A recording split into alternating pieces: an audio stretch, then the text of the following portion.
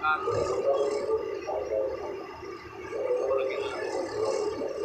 kayak lawan untuk kita berlibur rekreasi lebih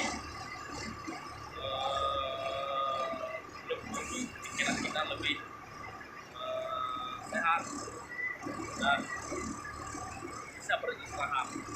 Jangan kerja selalu, jangan jangan menyerah. Dan hal ini tidak akan berulang. Momen-momen seperti ini hanya dengan perjuangan keras.